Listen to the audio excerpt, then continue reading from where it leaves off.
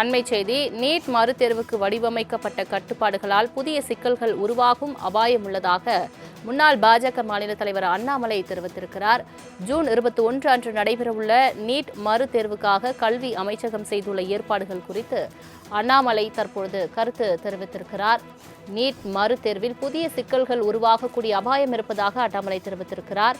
வினாத்தாள் கசிவுகளை தடுக்க பாதுகாப்பு நடவடிக்கை அரசு அமல்படுத்தியிருப்பதை ஒவ்வொரு மாணவரும் வரவேற்பார்கள் என்றும் அண்ணாமலை தெரிவித்திருக்கிறார்.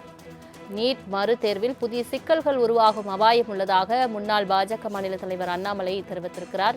நீட் தேர்வு புதிய சிக்கல்களை உருவாக்கி வருவது கவலை அளிப்பதாக அண்ணாமலை தெரிவித்திருக்கிறார். முக்கிய செய்தியாக பார்த்து வருகிறோம். நீட் மறுதேர்வில் புதிய சிக்கல்கள் உருவாகும் அபாயம் இருப்பதாக அண்ணாமலை தெரிவித்திருக்கிறார்.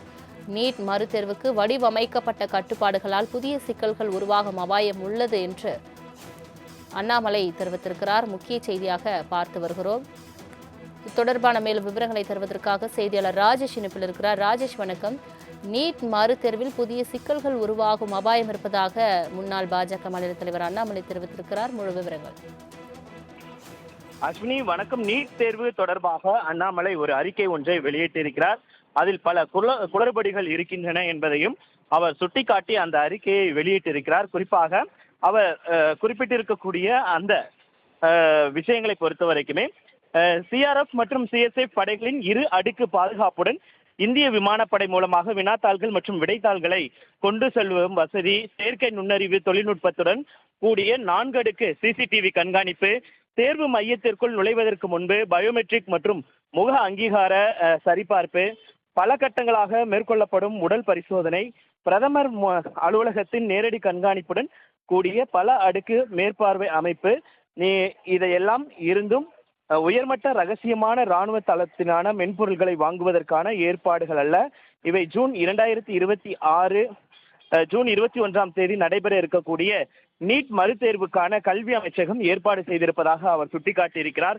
கூடுதல் பாதுகாப்பு நடவடிக்கைகள் மற்றும் தீவிர கண்காணிப்பு மூலம் வினாத்தாள்கள் கசிவை தடுக்க அரசு மேற்கொள்ளும் முயற்சிகளை ஒவ்வொரு மாணவரும் பாராட்டுகிறார்கள்.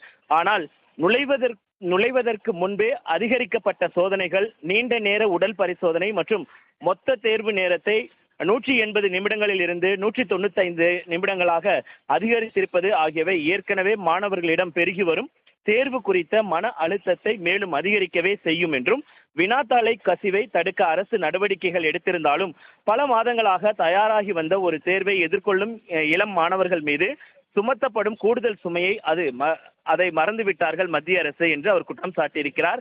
நமது தேர்வு முறையின் நோக்கத்தையும் தேர்வு மன அழுத்தத்தையும் குறைத்தால் தான் மட்டுமே இலக்கை அடைய முடியும். தேர்வுக்கான இத்தனை ஏற்பாடுகள் இருந்த போதிலும் நுழைவு சீட்டுகள் பதிவிறக்கம் செய்வதில் சிக்கல்கள் உள்ளன.